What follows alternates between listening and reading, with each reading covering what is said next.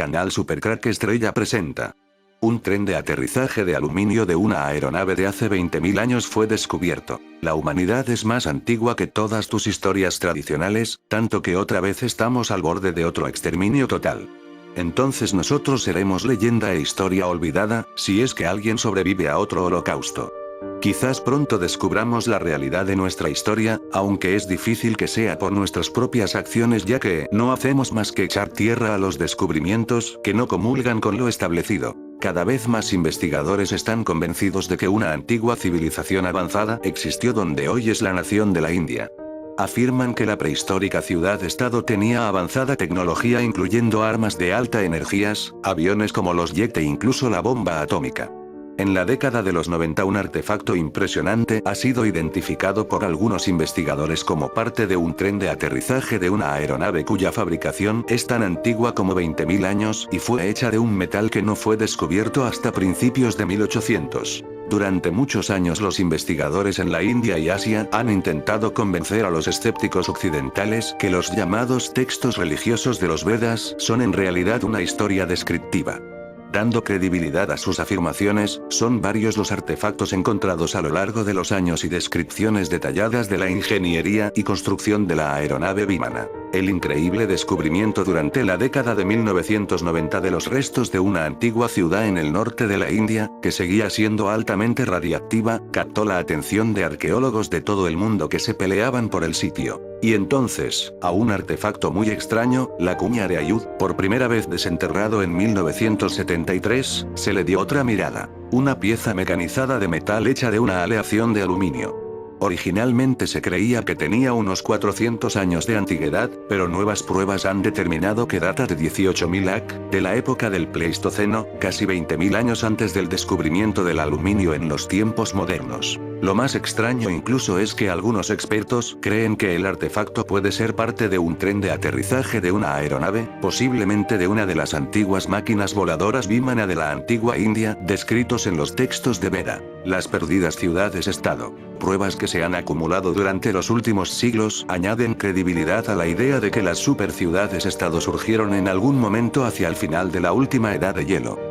La mejor prueba de la ubicación de algunas de las ciudades que puede haber abarcó el mundo, se encuentra en el norte de la India y sur de Pakistán y un tramo desolado del desierto de Gobi en Mongolia al noroeste de China. Estas avanzadas culturas se dice que han poseído una muy alta tecnología, en algunos aspectos igual a las del siglo XXI.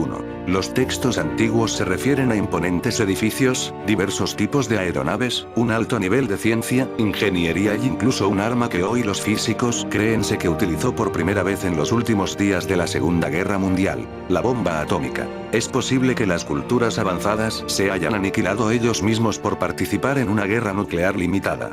Las evidencias obtenidas en los últimos decenios apuntan en esa dirección. Quizás después de una serie de devastadores ataques, la red restante de culturas avanzadas se derrumbó al sucumbir a los estragos de la depresión económica, el desplazamiento y la enfermedad. Si por lo tanto, los vestigios de uno o más de esas culturas podrán haber servido para alimentar la leyenda de la gran ciudad de la Atlántida, que aparece en el año 360 AC en los diálogos de Platón, Timeo y Critias. Después del colapso, el resto de la humanidad cayó en una barbarie y el conocimiento de la fantástica tecnología fue transferido en mitos.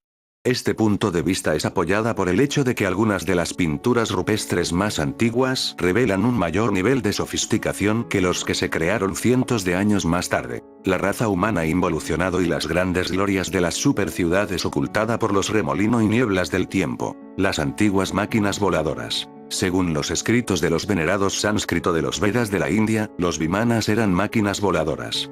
La palabra Vimana todavía se utiliza hoy en el idioma indio moderno para referirse a los aviones. Mientras la mayoría Vimana fueron utilizados para el transporte a través de la atmósfera, algunos fueron descritos como siendo utilizados para viajar al espacio, mientras que otros eran una forma delimitada submarino. Al igual que los aviones modernos, los Vimana tenían varias configuraciones y tamaños, dependiendo de la función para el cual eran diseñados. Algunos tenían dos motores, como el Agnihotra Vimana. Otros, como el Gaja Vimana, tenían más. En todos estos puede haber como una docena de tipos diferentes de Vimanas, todas diseñados para diferentes propósitos. La mayoría de ellos volaban. Ataque atómico hace 20.000 años. Vestigios de una antigua guerra atómica entre avanzadas y poderosas ciudades-estado todavía quedan en el norte de la India y Pakistán y partes del gran desierto de Gobi de Mongolia. Los científicos han conocido durante muchos años acerca de la extensión de arena vitrificada que cubre una región del desierto de Gobi. La arena fundida, de color verdoso, solo pueden ser creados por exposición al calor intenso. Los geólogos teorizan que la arena se convirtió en vitrificados por exposición a la acción volcánica. Los astrónomos afirman que un gran meteorito podría haberlo hecho y los físicos se preguntan si fue causada por una explosión atómica. Estos tres incidentes son las únicas cosas que podrían explicar la región de arena vitrificada que se encuentra en los tramos solitarios de las tierras áridas. Aunque el origen volcánico se debería dar por descontado ya que no existen volcanes en la región, los arqueólogos sorprendidos finalmente determinaron que eran los restos de edificios chamuscados parcialmente derretidos y radiactivos esqueletos que estaban cubiertos por una gruesa capa de ceniza. Más tarde se confirmó que estaban radiactivos. La ceniza cubre un área de 3 millas cuadradas. Otras investigaciones muestran que existían varios estados-ciudad y al menos 2 o más estaban en guerra con ellos. Aunque mucha atención se ha centrado en la ciudad del norte de India, pocos ha pasado su tiempo investigando los restos de la antigua explosión atómica en el desierto de Gobi. Algunos profesores de Universidad de India creen que la antigua región es un precursor del moderno Matsya, otro antiguo estado de la civilización védica. La cultura Matsyan se cree que está asociada a un estado anterior llamado Jaipur.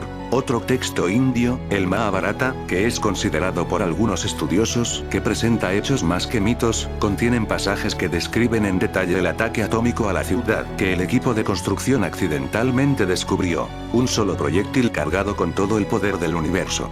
Una columna incandescente de humo y llamas tan brillante como 10.000 soles, se elevó en todo su esplendor. Era un arma desconocida, un rayo de hierro, un gigantesco mensajero de la muerte que redujo a cenizas toda una raza. Los cadáveres fueron quemados hasta ser irreconocibles. Se cayeron su pelo y uñas, la cerámica se rompió sin ninguna causa aparente, y las aves se tornaron blancas. Después de unas horas, todos los alimentos estaban infectados. Para escapar de este fuego, los soldados se arrojaron dentro del río. La conflagración atómica descrita era tan horrible y mortal como el ataque contra las ciudades japonesas en agosto de 1945. Aunque el texto sugiere la liberación de un arma nuclear por un misil, los antiguos escritos indios también describen, en detalle sorprendente, las máquinas voladores llamados vimanas. Los textos resumen las características de vuelo del Vimana, su construcción, el motor, un híbrido jet-cohete propulsado por motores de mercurio de plasma, y especificaciones de ingeniería. Enigma del tren de aterrizaje del Vimana de 20.000 años. La cuña de Ayud hecha de aluminio. Cerca de la pintoresca ribera del río Mures situado a poco más de 1 milla al este de la pequeña ciudad de Ayud, Rumanía, un extraño artefacto fue desenterrado, apodado la cuña de Ayud. El investigador Bogzor Losif investigó el hallazgo y informó que la cuña fue descubierta debajo de 35 pies de arena. 2 huesos de mastodonte fueron encontrados, según se informa, cerca de la cuña. Un informe realizado por Lars Fischinger afirma que él y un asociado, el Dr. Niederkorn, analizaron la cuña en el Instituto de Investigación y Diseño. Determinó que el artefacto era una aleación metálica compuesta por 12 diferentes metales. Su lista de informe muestra que el aluminio compone aproximadamente el 89% del objeto, el resto aparecen como 6,2% cobre, silicio 2,84% y 1,81% de zinc, 0,41% plomo, estaño 0,33% y 0,2% circonio, 0,11% cadmio, 0,0024% níquel, 0,0023% cobalto, bismuto 0,0003% 0,0002% plata y trazas de galium. El resultados de la prueba habían desconcertado a los 2 investigadores ya que el aluminio no fue descubierta hasta principios de 1800. Fischinger observa que la producción comercial de aluminio requiere fundir el mineral a temperaturas de hasta 1000 grados Fahrenheit. Inicialmente, el objeto se pensaba que tenía unos 400 años de antigüedad. Eso cambió drásticamente cuando analizaron cuidadosamente la cantidad de oxidación cubriendo la cuña. Tuvieron que reajustar los años, no por cientos, sino por miles de años. Ahora se ha estimado que la cuña de Ayud puede remontarse a 18.000 a.C. Esa fecha coincide con la edad de los vimanas. Después se analizaron los resultados de la prueba, la cuña fue enviada al Museo de la Historia en Transilvania, Rumanía, donde se lo colocó en un estante, inalterado en su posición, durante 2 décadas. Finalmente, en 1995, otro investigador rumano, Florian Georgita, se topó con el artefacto en el sótano del museo. A la cuña se le hicieron pruebas una vez más. Esta vez en 2 laboratorios diferentes, el Instituto Arqueológico de Cluj-Napoca y un laboratorio suizo independiente. Las pruebas confirmaron los resultados al que llegaron Fischinger y Ederkorn. Georgita escribió en la publicación Ancient Skies, Cielos Antiguos, donde preguntó a un ingeniero aeronáutico sobre los estudios del artefacto. El ingeniero señaló la configuración y el agujero perforado en la cuña y afirmó que un patrón de abrasiones y arañazos en el metal lo llevó a creer que era parte de un tren de aterrizaje de algún avión. Se realizó un esbozo para ilustrar la configuración. Ya en las antiguas ciudades-estado tenían transportes avanzados, quizás incluso vehículos espaciales, les era fácil transnavegar por el mundo al igual que los aviones modernos de hoy en día. Las pruebas de ingeniería y metalúrgica apoyan firmemente la teoría de que la misteriosa cuña de Ayud es una pieza de un tren de aterrizaje que se cayó de un vimana hace unos 20.000 años y se mantuvo oculta durante milenios después al haber sido engullido por los bancos arena del río Mures. Quizás algún día la Tierra revelará más de sus secretos, ojalá un vimana completo, intacto. Si el vídeo te ha gustado dale al pulgar arriba y suscríbete a mi canal. Canal Supercrack Estrella presenta la explosión nuclear en Moscú en 1812. Otro vídeo reflexión que tanto gusta a algunos de vosotros. Como ya sabéis, estoy completamente convencido de que la historia en su versión oficial es completamente manipulada y ajustada a las necesidades de las élites. Nada ocurrió como nos lo cuentan. El ser humano no construyó las pirámides de Egipto por el simple hecho de que era imposible arrastrar las piedras de semejante tamaño utilizando los troncos de palmera que se quedarían aplastados ya que la palmera no es una madera resistente. Se encuentran múltiples artefactos enormes que no podrían ser usados por las personas de nuestro tamaño pero sí por hombres más altos. De allí la información sobre los gigantes que no nos quieren contar. Se encuentran vimanas en la India y Afganistán de hace 20.000 años, red de tuberías en China de 150.000 años, etc. Hoy me apetece hablar de un hecho que todos conocemos pero que realmente no lo conocemos. He dedicado muchas horas al estudio de los materiales de todo tipo y, basándome en la teoría que apoyan muchísimos historiadores y científicos, os la expongo aquí. Vosotros decidís si es posible o no. Napoleón es uno de mis personajes históricos favoritos por su genio militar y el espíritu que contagiaba sus tropas. Todos sabemos de los libros de texto que el 24 de junio de 1812 el emperador cruzaba el río Niemen y se adentraba en Rusia a la cabeza de un ejército de más de 450.000 hombres. Con la moral de sus tropas por las nubes, Napoleón planeaba aplastar al zar Alejandro I, entablando combate con el ejército ruso, en una batalla decisiva que les llevaría a una abyecta rendición. Se trataba del mismo modus operandi que tantos triunfos le había dado en los países que había invadido hasta entonces. Solo una semana más tarde estaba en Moscú, la ciudad más venerada por los rusos entonces y siempre. Y aquí ocurre lo imprevisto. Lo que me empujó a hacer este vídeo. La ciudad comenzó a arder en llamas. La versión oficial que nos venden es que fueron los rusos los que la incendiaron, que era una maniobra militar del comandante Kutuzov. El fuego forzó a los franceses a acampar en las afueras y los condujo a una creciente desmoralización. El resto de la historia ya lo conocemos. Me voy a centrar en el incendio como tal. Para empezar, conociendo un poco la historia y el carácter ruso, estoy totalmente convencido de que nadie les podría obligar a prender fuego a lo que es una ciudad sagrada para cada ciudadano, el corazón del imperio, llamada la Segunda Roma. Así fue durante la Segunda Guerra Mundial y estoy seguro de que en el año 1812 el sentimiento era exactamente el mismo. Hubieran preferido morir en sus calles, defendiéndola hasta el último soldado. Aquí comienza lo raro que nadie nos quiere explicar. Como ya he dicho, los rusos no querían ver su ciudad reducida a cenizas. Napoleón menos todavía. Para él sería la cúspide de su carrera militar entrar triunfante a la Plaza Roja y recibir la rendición del zar.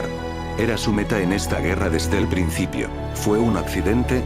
¿Un cúmulo de errores humanos? Bueno, se sabe que hubo muchos incendios en Moscú durante su historia, pero nunca con el resultado de la destrucción del 75% de los edificios y con la muerte de decenas de miles de personas. Por ejemplo, en 1737 hubo uno que destruyó todo el centro y que era el que más se acercaba a lo que pasó en 1812, pero en aquel incendio solo murieron 90 personas. En el septiembre de 1812 lo que los libros de la historia nos venden como la gran quema de Moscú, el fuego mató a más de 30.000 soldados franceses y no se sabe el número exacto de los muertos rusos que no pudieron abandonar a tiempo la capital. Los testigos presenciales describen aquello de una forma muy rara. Los que no murieron se encontraban en una especie del estado de shock, deambulaban atónitos por las calles, mezclados los rusos y franceses. Ya no importaba que eran enemigos. Parecían somnámbulos, según el recuerdo de un oficial francés. Sucedió algo insólito, lo nunca visto en la historia mundial. Y era instantáneo. Ojo al otro dato importantísimo. Moscú de los principios del siglo XIX ya no era una ciudad de madera como en los siglos anteriores. Así era Kremlin. Tenía plazas muy amplias que lo separaban de otras construcciones. Lo rodeaban fosos de 30 metros de ancho y 13 metros de profundidad que deberían proteger los muros de la quema, pero fue enterrado por completo bajo los escombros de tal forma que más tarde se decidió no reconstruirlo y hasta ahora allí sigue, bajo los escombros. Todo esto fue atribuida a los franceses, se decía que eran responsables de una explosión. Pero no tenían ni los artefactos ni la cantidad de pólvora necesarios para perpetrar aquel desastre tan instantáneo y fulminante. Además, el venerado emperador estuvo dentro de los muros del Kremlin. Se salvó por los pelos al descubrir un pasaje subterráneo que lo condujo fuera de la ciudad. Si juntamos todos los datos y testimonios de los allí presentes, da la sensación de que aquel día de septiembre se produjo una explosión nuclear. Esto lo confirma la distribución de los niveles de radiación del fondo de la capital que indican rastros de uso de armas nucleares. Los testigos también describen las consecuencias de una explosión nuclear, muy parecida a los testimonios de los japoneses después de Hiroshima y Nagasaki. Más testimonios de los testigos presenciales. Aquí, por ejemplo, los diarios del teniente del ejército de Napoleón Charles Artois. En ese día, el sol brillaba y bañaba Moscú en tenue luz dorada. De repente, un segundo sol estalló justo por encima del sol de verdad y era tan brillante que cegó mis ojos. Paul Berger, quien estuvo en el balcón conmigo, tenía el rostro quemado, abrasado. Nuestra casa y el techo comenzaron a echar humo, así que tuvimos que apagarlos con agua. En otras mansiones que estaban más cerca del segundo sol comenzaron los incendios. Una semana después de que el segundo sol estallara, Paul Berger escribió que a todos los oficiales y soldados comenzó a caerles el pelo, hombres y caballos estaban enfermos y débiles, por lo que se tomó una decisión para salir de Moscú. La orden de retirada fue recibida con gran alivio. Paul describió el retiro y también es muy peculiar. Dice que los soldados franceses sufrieron no solo por las heladas de Rusia y las incursiones constantes de las guerrillas, sino por alguna extraña enfermedad que han cogido en Moscú. La gente no podía comer, estaban cubiertos de úlceras y llagas, cientos morían cada día, y los caballos eran débiles y caían. Charles Artois mismo volvió a Francia inválido, renunció a su cargo y pronto murió del llamado contagio ruso a la edad de 32 años.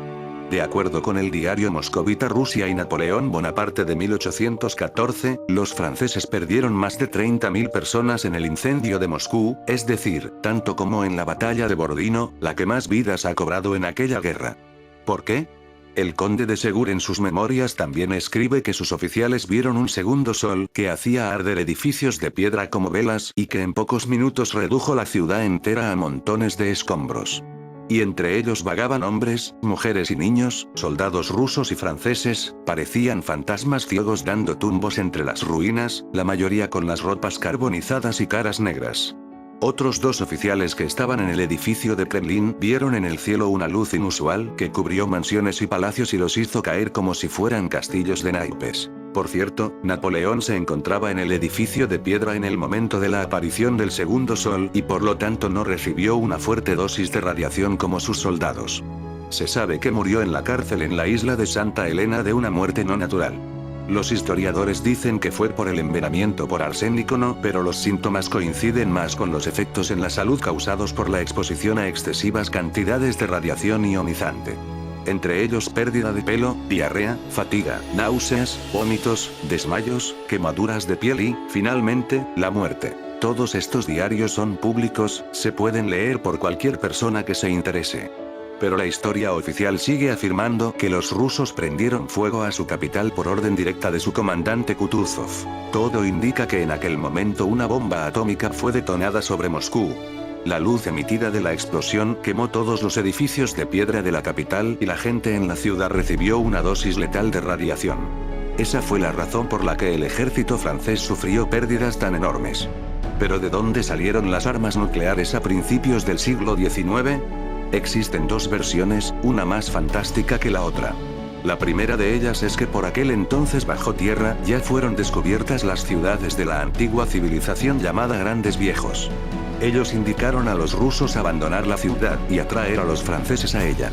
Sacrificando Moscú vencieron al ejército de Napoleón que huyó despavorido.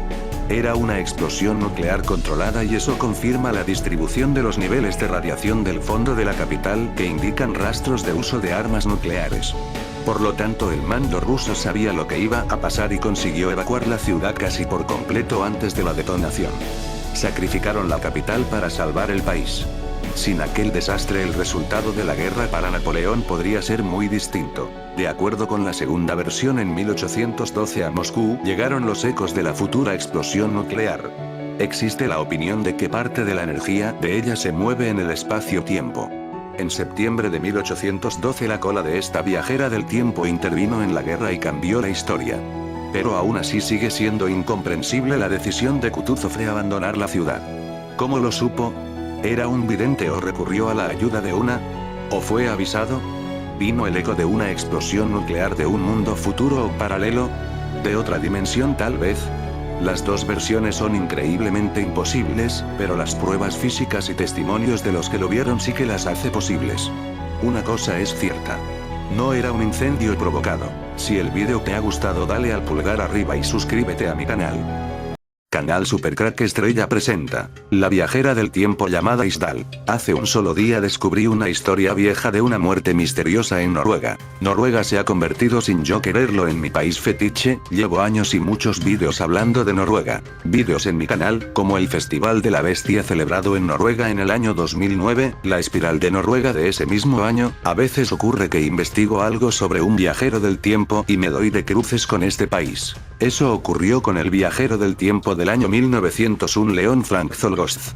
Primero descubrí que este hombre quizás viajó en el tiempo de su año 1901 al 2036, y que posiblemente de este año 2036 volvió a su tiempo el año 1901 para matar al presidente de los Estados Unidos en aquel año 1901. Luego deducí por el parecido de su cara que este hombre Leon Frank Zolgosz era el mismo que aparece en unas imágenes del año 1901 con un teléfono móvil, y por último descubrí por los rótulos de la publicidad de cuando aparece Leon Frank Zolgosz con un móvil, se encuentra en Noruega, y de Noruega viajó a su país, los Estados Unidos, para cambiar quizás el curso de la historia matando al presidente. Estoy convencido que desde hace más de 10.000 años hay un portal dimensional en Noruega, y que es un país muy importante para los Illuminatis. Y volvemos al principio de este vídeo y porque cuando escuché la historia de esta mujer en Noruega no tuve dudas. Es una viajera del tiempo. La mujer de Isdal. Clasificación. Crimen sin resolver. Número de víctimas. 1. Período de actividad. 29 de noviembre de 1970. Perfil de las víctimas. Una mujer no identificada, descrita como de 30-40 años de edad, 164 centímetros de altura, caderas anchas, ojos pequeños y de buen aspecto. Método de matar. Una combinación de quemaduras y envenenamiento por monóxido de carbono. Localización. Valle de Isdal, Bergen, Noruega. La mujer de Isdal, noruego. Isdalskvinnen, es un caso sin resolver en el que una mujer no identificada fue hallada muerta en el Valle de Isdalen, en Bergen, Noruega, el 29 de noviembre de 1970. Considerado uno de los más profundos misterios de Noruega, el caso ha sido objeto de especulación en los últimos años en cuanto a la identidad de la víctima, los acontecimientos que condujeron a su muerte y la causa de la muerte.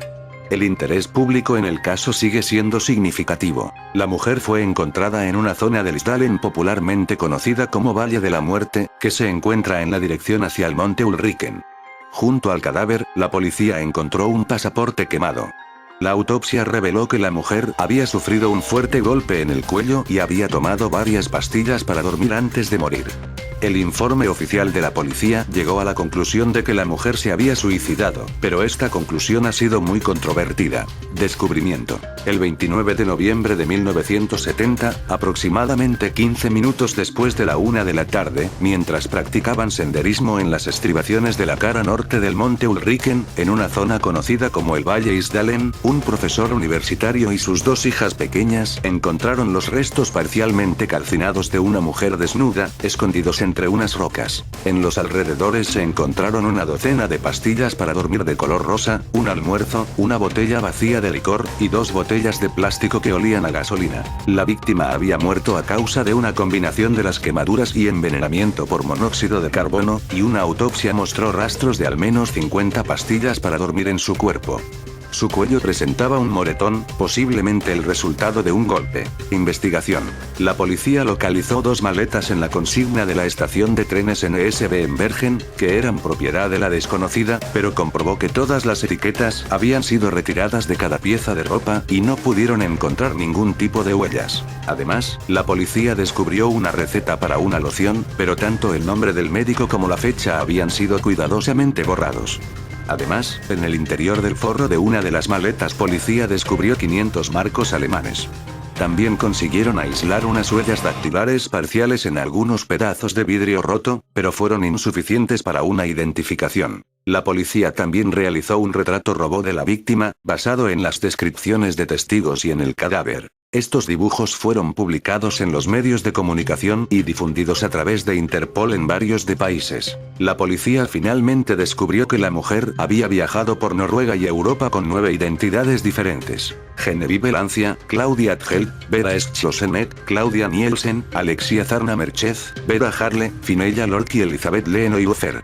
Todas estas identidades eran falsas. De acuerdo con los avistamientos de diferentes testigos, la mujer utilizaba diferentes pelucas, y en una de las maletas hallaron un diario escrito en clave.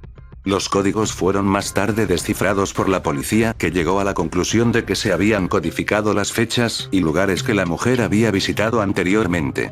Los dientes de la mujer fueron analizados a fondo durante la autopsia, y el método con el que se habían realizado varios trabajos dentales indicaron que la mujer había acudido al dentista en Latinoamérica. Los testigos informaron que la mujer había hablado en varias lenguas: francés, alemán, inglés y holandés.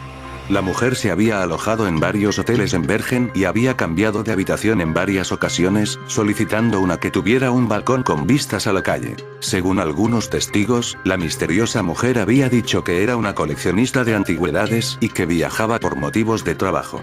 Otro curioso detalle fue la afición de la mujer por la avena con leche, ya que se encontraron envases de estos productos en las habitaciones de los diferentes hoteles donde se había hospedado. Tras el hallazgo de las dos maletas, la policía buscó la ayuda de los más prominentes comerciantes textiles de la ciudad para identificar las prendas de ropa halladas en su interior.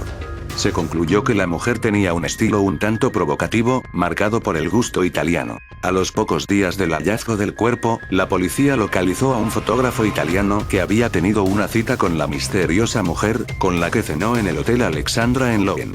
El italiano ya había sido interrogado en relación con un caso de violación, aunque los cargos fueron retirados. El fotógrafo italiano afirmó que la mujer le había dicho que ella provenía de una pequeña ciudad al norte de Johannesburgo, en Sudáfrica, y que tenía 6 meses para ver los lugares más bellos de Noruega. Esta línea de investigación no dio lugar a ninguna nueva información sobre la identidad de la mujer. Los últimos datos conocidos de la llamada mujer de Isdal fue que se registró en la habitación 407 del Hotel Marín. La mujer, descrita como de 30-40 años de edad, 164 centímetros de altura, caderas anchas, ojos pequeños y de buen aspecto, pagó en efectivo y luego pidió ser recogida por un taxi. El personal del hotel dijo que la mujer permaneció la mayor parte del tiempo en su habitación, y parecía estar en guardia. Otro huésped del hotel dijo a la policía que ella fumaba cigarrillos de la marca Noruega Estado del Sur. Un testigo declaró que había escuchado a la mujer mientras ella estaba hablando con un hombre en el pasillo de un hotel de Bergen y que escuchó a la mujer decir "Ich komme calva alemán. Vuelvo pronto". El hotel de Bergen está muy cerca de donde hace un año cayó un rayo que mató a cientos de vacas que estaban pastando en la montaña. Últimos momentos. El 24 de noviembre, 5 días antes del descubrimiento del cadáver de la mujer, un hombre de 26 años de edad fue de excursión con amigos alrededor de la misma zona. Informó haber visto una mujer de apariencia extranjera, con el rostro completamente distorsionada por el miedo.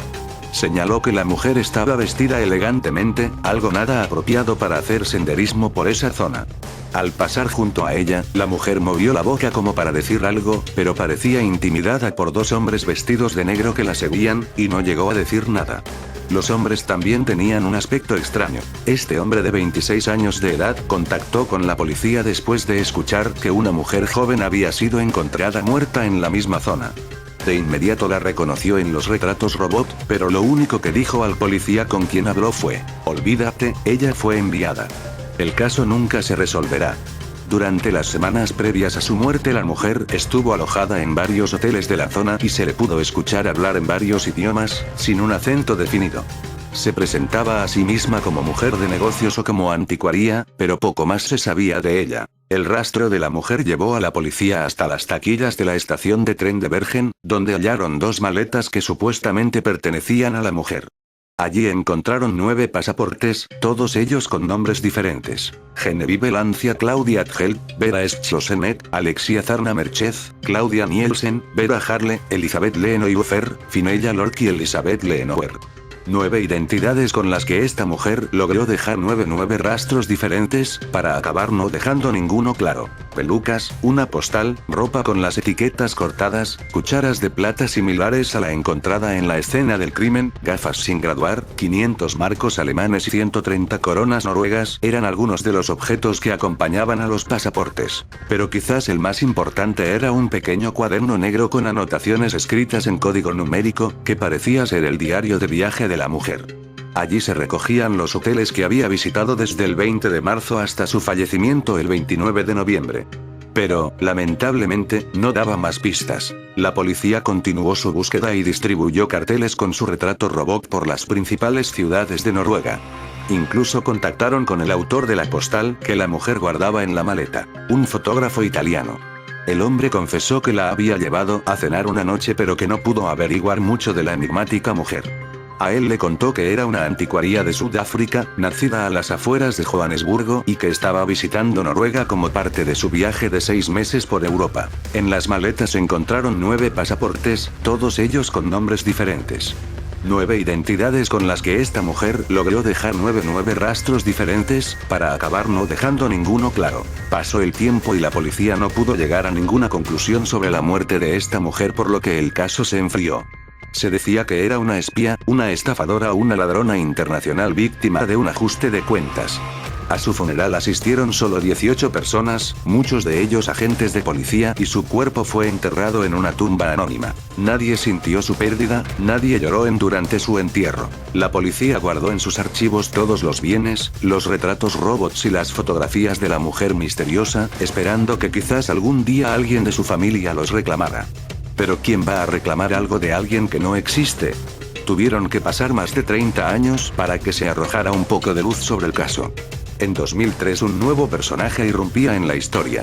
Se trataba de un excursionista que días antes del hallazgo del cadáver de la mujer de Isdal se encontraba haciendo senderismo por esa zona. Era 24 de noviembre de 1970 y este joven vio a una mujer corriendo por el sendero, con el rostro desencajado por el terror. Cuando se cruzaron, la mujer dijo algo que el chico no pudo descifrar. Pero la mujer huyó, perseguida por 2 hombres con abrigos negros. El hombre contaba años más tarde que cuando se enteró de la noticia del cadáver encontrado en el valle de Isdalen, rápidamente contactó con la policía. La imagen del retrato robot tenía un inquietante parecido con la mujer con la que se había cruzado en el bosque. Sin embargo, las autoridades se mostraron indiferentes ante su historia y le dieron un consejo: olvídala. Ha sido despachada. El caso nunca se resolverá. Aquellos policías tenían razón. 46 años más tarde, la identidad de la mujer de Isdal sigue siendo un completo enigma. Si el vídeo te ha gustado, dale al pulgar arriba y suscríbete a mi canal. Supercrack Estrella presenta. Esta es la historia de un pintor alemán que pintó a Jesús y sus apóstoles. Lo asombroso de esta alucinante historia es que lo que pinto es real. Muy poco se sabe de este pintor alemán. Pero su obra está marcada por un gran misterio. Antes de mirar su cuadro más famoso, el de Jesús y sus apóstoles, quise ver más pinturas de este pintor para saber un poco más de él. Lo que me encontré me dejó perplejo y asombrado. Me encontré con una pintura retrato, integral, de una chica joven que sostiene una muñeca inusual. 1887. Una muñeca inusual es el comentario del experto en arte. Ya lo creo que la muñeca es inusual, pues lo que sostiene en sus manos es el rey Salomón. Solomón es el rey que portaba toda una tecnología asombrosa. Como una máquina que abría puertas dimensionales para viajar en el tiempo. Y este pintor ya nos quería decir algo con esta pintura de la niña y su rey Salomón en la mano. En un año 1887 donde Van Gogh y el gran Nikola Tesla abrían portales dimensionales. Pero volvamos a este pintor. Johannes Raphael Welle, alemán, 1848-1936. Retrato, integral, de una chica joven que sostiene una muñeca inusual. 1887. Una foto milagrosa relacionada con el cuadro Cristo en los campos de cereales. Se trata de una fotografía que aparenta haberse tomado al cuadro pintado por Johannes Raphael Welle del 1900, porque es idéntica, pero que un análisis más pormenorizado muestra que fue tomada a personas reales, no a personas pintadas. Esta fotografía milagrosa estuvo hasta su muerte en el dormitorio de la vidente venezolana María Esperanza, que está en proceso de beatificación. Hay una foto supuestamente milagrosa de Jesús y los apóstoles, supuestamente José de Arimatea, detrás Jesús y más atrás el joven Juan, y otros seguidores. Una foto en negro y blanco que, supuestamente la famosa mística y vidente María Esperanza de Venezuela, actualmente en proceso de beatificación, guardó en su dormitorio. Todos parecen estar de pie a lo largo de una costa, que de hecho podría ser el río de la Biblia. No hay agua en la versión de la foto, y hay una colina en el fondo. Pero el agua es un campo de trigo. Esto significa algo para nosotros porque María Esperanza la conservó y ella no solo tenía una intuición notable, sino que también supuestamente vio a la Santísima Virgen, a santos, y de vez en cuando al Señor mismo, lo que significa que la foto debe haberse parecido a lo que ella misma vio. La historia, transmitida a través de un sacerdote que está cerca de la familia, era que una mujer a la que había conocido había orado fervientemente para saber lo que Jesús realmente veía durante su visita a la Tierra Santa, en 1950, y tenía un compañero que tomó una foto en la dirección del río Jordán, donde, por supuesto, Cristo fue bautizado, y donde él estuvo, sin duda, en otras ocasiones también. Y allí salió la famosa foto que es sin duda única. Pero llama la atención, sin embargo, que hay un cuadro pintado por un artista alemán llamado Johannes Raphael Welle, que es sorprendentemente similar a la foto de que hablamos. Idéntica. La pintura fue hecha alrededor de 1900, y uno no puede imaginar que una foto en negro y blanco del mismo óleo como podría resultar milagrosa. Eso no significa que la foto no sea milagrosa en el uso común de la palabra, como por ejemplo algo que simplemente apareció en la película. Otros relatos de la foto, que han estado circulando durante años, es que ha sido tomada durante la década de 1970 en el muro occidental de Jerusalén. Con esta información llegamos a la conclusión de que con toda probabilidad la pintura no parece milagrosa, pero quizás sí en relación a la fotografía que anda circulando. Porque la foto que es idéntica a la pintura y tiene la particularidad de no parecer un foto a imágenes de una pintura sino a personas reales. Es necesario entonces la participación de expertos. Después de un análisis minucioso, uno de ellos, Rich Cathy, de Somers, de Nueva York, llegó a la conclusión de que la fotografía de la que hemos estado hablando es una imagen de personas reales y no una fotografía del óleo de Johannes Raphael Welle. Óleo Cristo en los campos de cereales, de Johannes Raphael Welle. Foto directamente sacada al óleo. Foto milagrosa. Ahora voy a probar que la fotografía no es una fotografía de la pintura al óleo de J.R. Welle, Jesús entre los campos de trigo, sino una fotografía de seres humanos. La pintura al óleo, correctamente titulada Cristo en los campos de cereales, de Johannes Raphael Welle, en parte, se muestra a continuación. La imagen completa de la pintura al óleo es la foto de arriba. A continuación, he convertido una parte de la pintura al óleo original en blanco y negro para los propósitos de la comparación de la fotografía milagrosa. Supuestamente José de Arimatea. Izquierda la foto milagrosa y derecha la foto tomada del óleo. Arriba en el lado izquierdo hay una parte de la fotografía milagrosa, se cree que José de Arimatea, en comparación con la imagen en la pintura al óleo. Similar, pero la de la izquierda es claramente una foto de un ser humano, mientras que la de la derecha, pintura al óleo, es hecha por un artista. Foto de Jesucristo. Izquierda la foto milagrosa y derecha la foto tomada del óleo. La imagen de la izquierda, el Señor Jesús, también parece ser una fotografía donde la dirección de la cabeza es diferente que en la imagen de la derecha, que está mirando hacia abajo. Además, la imagen de la izquierda es claramente una fotografía de un ser humano y no la interpretación de un artista como en la imagen de la derecha. Foto supuestamente de San Juan. Izquierda la foto milagrosa y derecha la foto tomada del óleo. Por último, la imagen arriba se cree que es el joven San Juan, algunos han pensado que es María de Magdala, pero no es correcto, ya que es claramente un hombre, la ropa es de un varón y no tiene cubierta la cabeza como era requerido a las mujeres en los tiempos de nuestro Señor. La imagen de la izquierda es también claramente una fotografía y no la interpretación de un artista como en la imagen de la derecha. Conclusión. El ojo inexperto y no calificado no puede determinar la diferencia entre la fotografía y la pintura al óleo a primera vista. La mayoría de las personas dirían que son lo mismo, pero no lo son. Únicamente una persona con habilidades artísticas y un entendedor de la diferencia entre una fotografía y una pintura al óleo puede hacer esta determinación. El misterio aumenta. Cubierta del CD. La de encima es la cubierta para un álbum en CD publicado por la Fundación Instituto Bíblico. En el folleto del CD se afirma: el arte de la cubierta para esta grabación es de una impresión de la colección de arte Anvil House de Joan R.Ull. La obra retrata a los discípulos siguiendo a Cristo a través de un campo de trigo. Vamos a comparar la fotografía milagrosa, la pintura al óleo y ahora la tercera imagen indicada como una impresión de la colección de arte Anvil House. Supuestamente José de Arimatea. Izquierda la foto milagrosa y derecha la foto tomada de la tapa del CD. La imagen de la izquierda, la fotografía milagrosa, de José de Arimatea es más similar a la imagen de la colección de arte Anvil House. Sin embargo, si nos fijamos en la nariz de la imagen en la fotografía milagrosa y la nariz en la imagen Anvil House, verá que existe una diferencia. Es más ancha y más corta, y la imagen de la derecha tiene una nariz más larga y más estrecha. Finalmente, la fuente de luz en la foto milagrosa es claramente desde arriba, el sol, provocando un efecto de blanqueamiento, mientras que esto no está presente en la imagen de la derecha. Conclusión, la imagen de la izquierda es claramente una fotografía de una persona viva, mientras que las otras imágenes son interpretaciones artistas. Foto de Jesucristo. Izquierda la foto milagrosa y derecha la foto tomada de la tapa del CD. Los mismos hechos son válidas para la imagen de nuestro Señor. Tenga en cuenta el reflejo del sol en la parte superior de su cabeza y en sus mejillas en la foto milagrosa de la izquierda. El resto de su cara está en la sombra en la fotografía. El lado izquierdo de su cabeza y sus cabellos y el cuello. Observe cómo el artista ilumina el cuello, la parte izquierda de la cabeza del Señor, y el pelo en la pintura. Conclusión. La imagen de la izquierda es la de un ser humano, mientras que la otra es una interpretación artística. La imagen de la izquierda es diferente a la otra.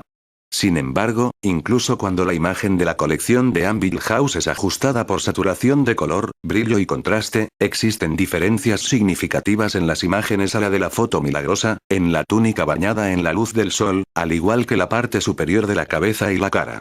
El artista muestra la imagen completa del pelo, ojos, nariz y boca.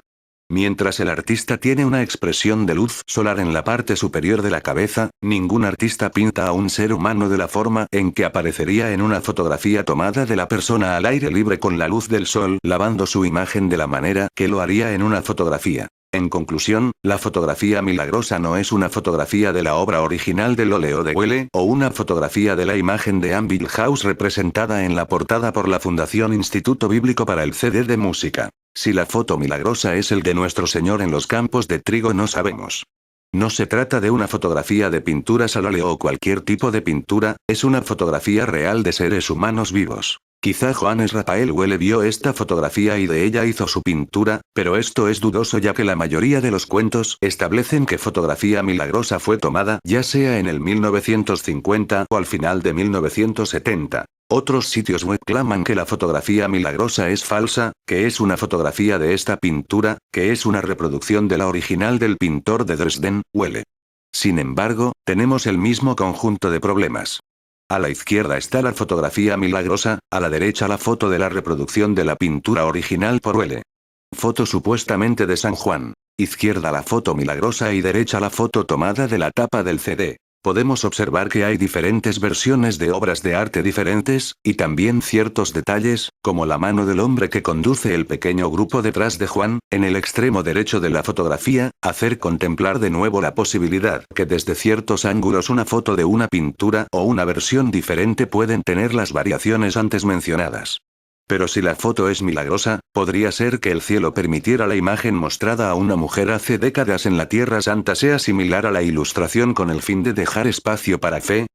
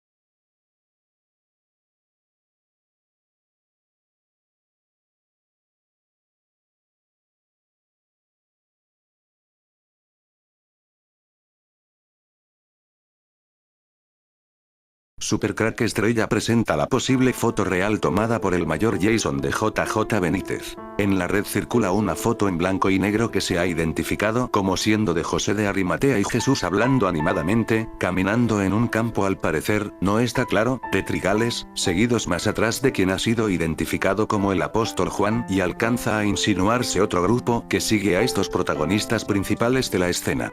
Esta es la foto. Esas personas podría ser el mayor Jason de Caballo de Troya. Las novelas describen las andanzas del viajero temporal junto a Jesús, quien es retratado como un individuo jovial y alegre, gustoso de ofrecer sus profundas enseñanzas espirituales a quien desee escucharlas. El mayor, conocido como Jasón por los habitantes de la época, junto con su compañero, de nombre Eliseo, van dejando atrás su inicial escepticismo, convirtiéndose poco a poco al mensaje de Jesús. Esta foto se dice que fue tomada de un cuadro del pintor por el alemán Johannes Raphael Welle.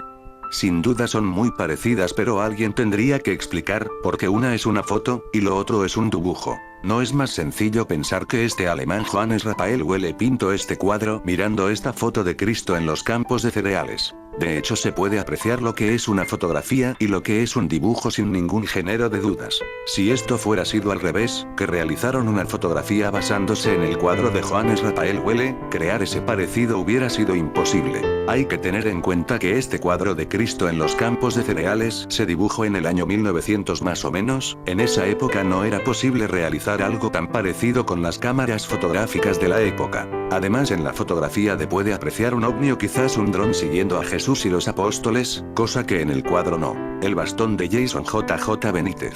Podemos apreciar en la foto algo que ya sale en el libro Caballo de Troya, la vara de Moisés. Es un bastón o cayado, que recibe su nombre precisamente por hacer alusión al que era utilizado por Moisés, y que Jason lleva siempre consigo. En la época en la cual se ubica cronológicamente este viaje en el tiempo, era muy común que las personas lo utilizaran, no sé si era de uso exclusivo para hombres, pero era una herramienta muy útil si tomamos en cuenta que en ese tiempo, para desplazarse de un lado hacia otro, había que recorrer grandes distancias a pie y algunas veces atravesar caminos muy sinuosos, por lo que esta especie de bastón era muy útil para apoyarse en zonas montañosas y terrenos muy accidentados. En el caso de Jason, además de ser parte también de los accesorios que forman parte de su vestuario, es una herramienta disfrazada que cuenta con 4 canales de filmación, para captar imágenes y sonido, como una especie de cámara de video camuflajeada.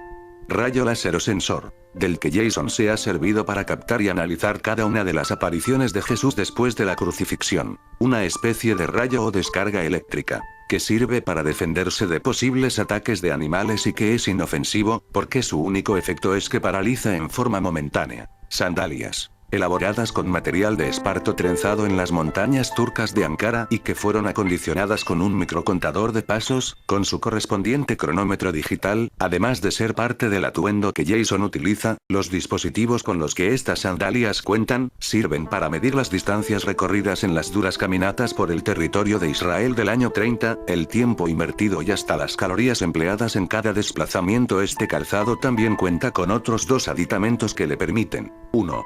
Tener la capacidad para elevar la temperatura del pie en situaciones de extrema inclemencia. 2.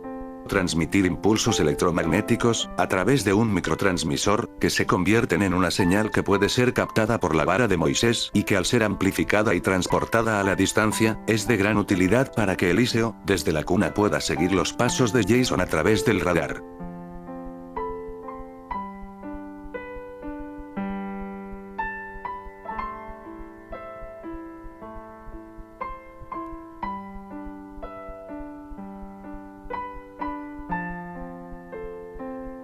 Seres humanoides en Marte. Sorprendente las imágenes. Figura humanoide en un vehículo captada en Marte. Otra de esas inusuales imágenes ha sido captada por la sonda marciana Opportunity. Algunos apuntan a que esta imagen parece mostrar una figura humanoide en un vehículo de algún tipo. La Opportunity ha fotografiado algún tipo de ente o esta figura humanoide es solo una ilusión óptica. Extrabajadora de la NASA que vio seres humanos en Marte. Cualquier persona que diga que hay seres humanos en Marte podría ser considerada como una demente. Pero, ¿y si hay testimonios? Evidencias que podrían probar esta posibilidad. Ahora hay información de Jackie, una ex trabajadora de la misión Viking. En 1979 vio a 2 hombres trabajando en Marte. El ex piloto de la CIA John Lear dijo que los seres humanos pueden estar allí en Marte y Andrew Basiago dice hay una colonia de humanos en Marte. Las declaraciones de Lear y Basiago podrían apoyar el relato de la testigo, Jackie. Por otra parte, John Lear dijo que los seres humanos que Jackie vio en Marte podrían haber estado limpiando el rover Viking. Nos recuerda la limpieza de la Opportunity y la Spirit. Los paneles solares han sido cubiertos por el polvo muchas veces. Algunos días después están limpios de nuevo. No sabemos quién limpia las sondas. Cada vez más evidencias muestran la posibilidad de que los seres humanos están allí en Marte. La siguiente captura de pantalla es tomada de la imagen de la NASA de Rocknest Panorama View fotografiada por la Curiosity y parece mostrar una figura humana. La extraña imagen captada por la NASA en Marte. La imagen asemeja ser la sombra de una mujer y fue captada por el Curiosity. Primero se pensó que tenía la forma de un cangrejo, pero ahora hay quienes dicen que se trata de la silueta de una mujer. Yo Supercrack Estrella tengo mi teoría sobre esta mujer. Ella sería la Dama Negra. Conecta todos los mundos posibles. En ocasiones es invocada por la élite. En el monasterio de Montserrat está representada como la Virgen Negra. Hay imágenes de supuestos fantasmas donde esta Dama Negra aparece. Intentaré unir este video con imágenes de estos supuestos fantasmas con la Dama Negra.